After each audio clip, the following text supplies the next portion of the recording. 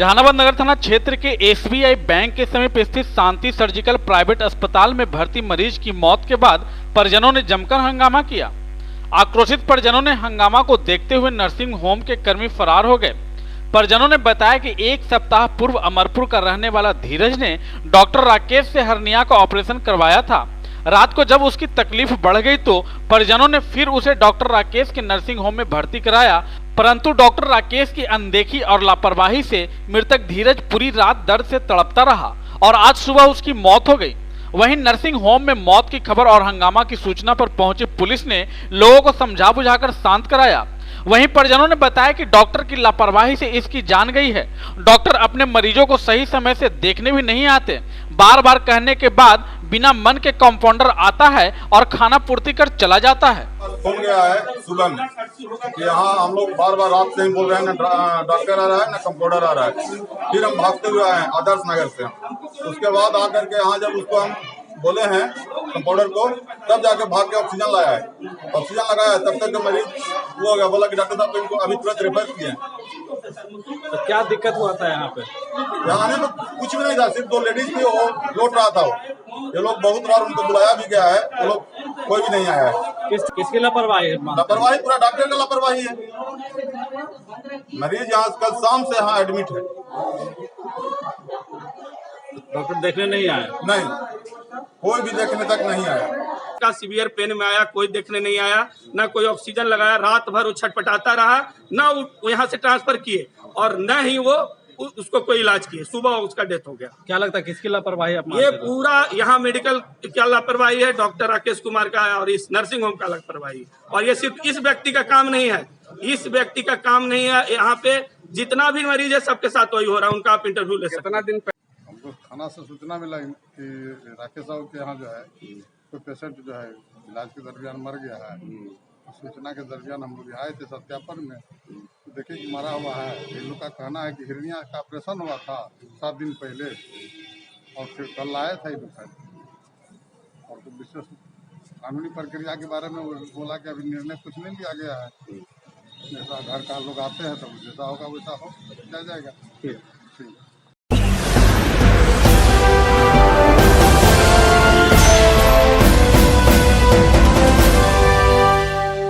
बीते 18 जून को जहानाबाद जिला के हुलासगंज बाजार में दिन दहाड़े 2 गल्ला व्यवसायी से हथियार के बल पर 5 लाख रुपए लूट के मामले का पुलिस ने उद्भेदन करते हुए 2 अपराधी को हथियार, लूट के पैसे और लूट में इस्तेमाल किया गया मोटरसाइकिल के साथ धर दबोचा है।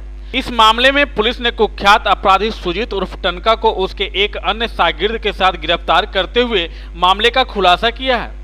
इस संबंध में एसपी ने बताया कि गिरफ्तार किया गया लुटेरा सुजीत कुमार उर्फ टनका काफी कुख्यात है।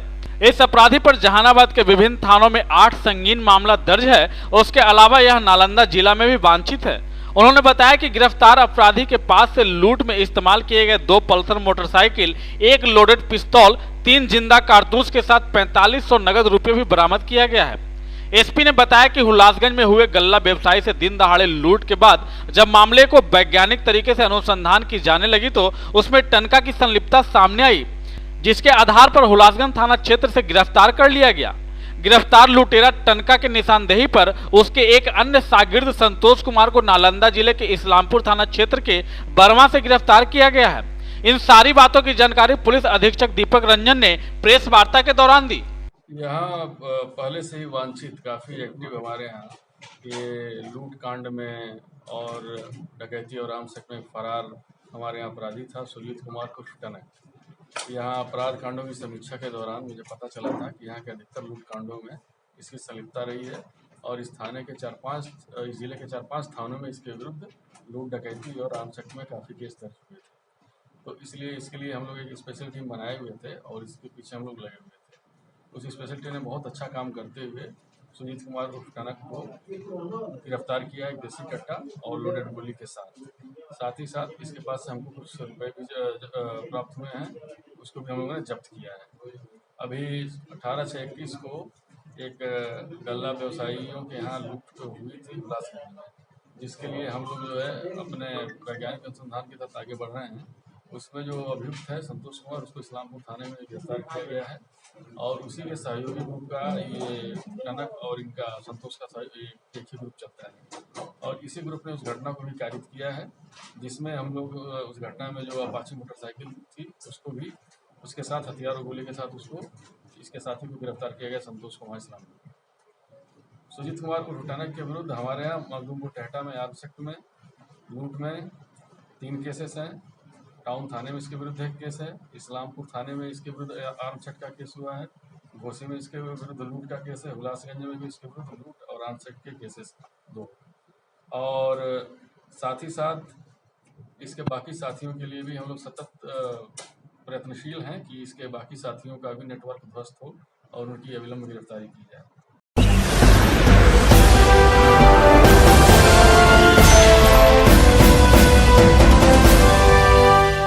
जहानाबाद जिलाधिकारी हिमांशु कुमार राय एवं पुलिस अधीक्षक दीपक रंजन के संयुक्त अध्यक्षता में समरनालय स्थित सभा कक्ष में जिले में भूमि विवाद से संबंधित मामलों की अंचलावार समीक्षा हेतु संबंधित पदाधिकारियों के साथ बैठक आयोजित कर आवश्यक दिशा निर्देश दिया गया।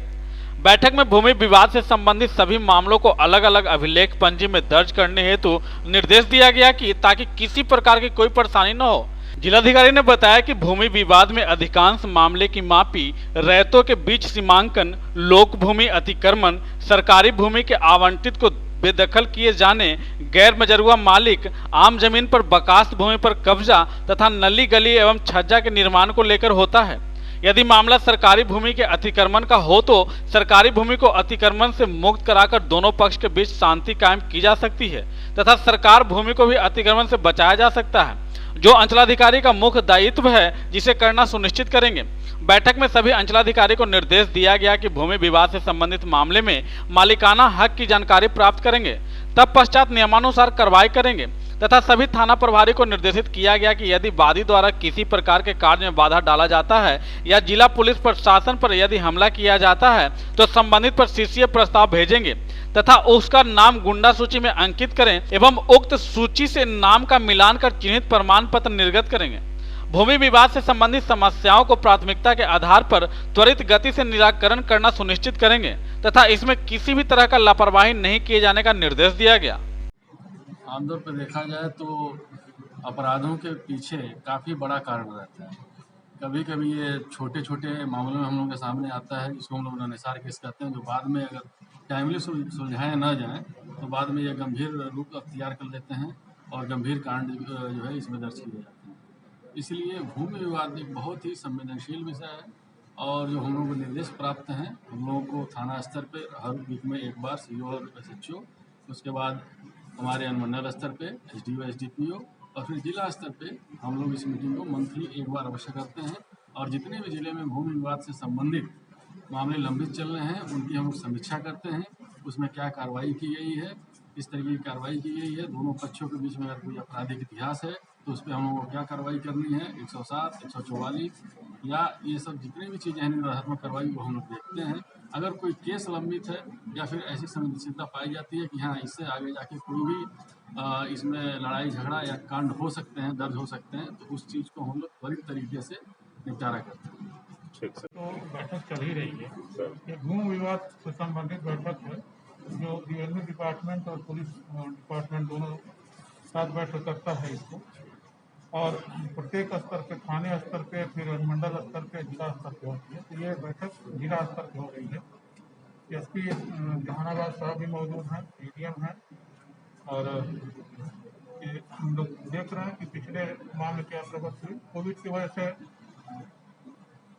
पिछले माह में बैठक नहीं हो पाई थी, लेकिन अब से प्रक्रिया प्रारंभ हो रही है और जल्दी सारे मामले जो है सुलझा लिए जाए। जिले में सर काफी लंबित भूमि विवाद के मामले हैं सर, क्या उसके लिए सर के द्वारा कोई ठोस पहल भी है, उपाय की? इसमें निर्देश दिए जाएंगे और पूरी संवेदनशीलता के साथ पुलिस विभाग और रेवेन्यू डिपार्टमेंट दोनों की सम्मिलित भागीदारी के साथ हम लोग इस मामले को समाप्त करेंगे।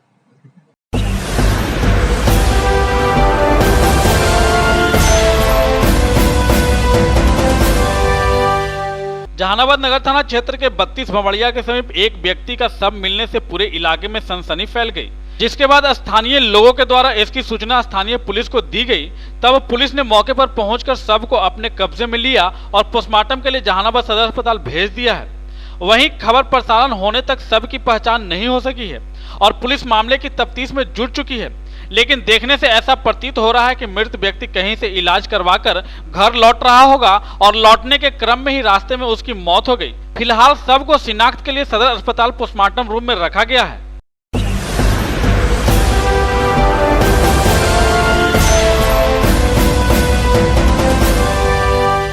जहानाबाद जिला के सदर प्रखंड कार्यालय में SIS कंपनी द्वारा सिक्योरिटी गार्ड की बहाली के लिए कैंप लगाया गया, जिसमें कि दर्जनों लड़कों द्वारा फॉर्म भरा गया है। इस दौरान कंपनी के भर्ती इंचार्ज रितेश कुमार ने बताया कि हमारी कंपनी बिहार के युवाओं को रोजगार देने के उद्देश्य से हर जगह कैंप लगा रही है, सिक्योरिटी गार्ड की बहाली कर रही है, जिसमें कि आज जहानाबाद में कैंप लगा है और यहां कैंप में आए 150 लड़कों में से 30 लड़कों का चयन हुआ है। और इस तरह से हम लोग जहानाबाद जिला के सभी प्रखंड लेवल पर भी जाकर लोगों को रोजगार देने के लिए कैंप लगाया जाएगा, ताकि बेरोजगार युवकों को रोजगार दिया जा सके। बिहार में जितने लोग बेरोजगारी आज के दौर में कहीं भी रोजगार नहीं है, तो अपनी कंपनी ने सोचा कि बिहार की कंपनी है, यहाँ के लोगों को जो बेरोजगार लोग हैं उनको कंपनी नौकरी देगी। इसमें पेमेंट 14,000 से लेकर 19,000 तक देगा, 8 घंटे ड्यूटी। जितने भी अपने जहानाबाद के लोग हैं उसमें काफी लोगों ने यहाँ आकर शिविर में शामिल हुआ। लगभग अभी 30 लड़कों ने फॉर्म भर के, आए हुए लड़के 150 थे, लेकिन 30 लड़कों का हुआ है। कई लोगों की लंबाई नहीं हुई तो छट गया। क्या है बहाली प्रक्रिया क्या है? जिनकी लंबाई 168 हो, मैट्रिक पास हो या फेल हो, लेकिन मैट्रिक का परीक्षा हो दिए हुए रहो, उनकी बहाली यहाँ होती है।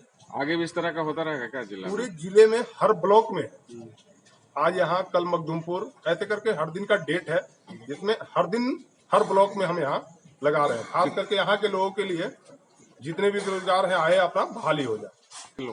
लगभग 2,500 लोग का हम बहाली करेंगे जहानाबाद।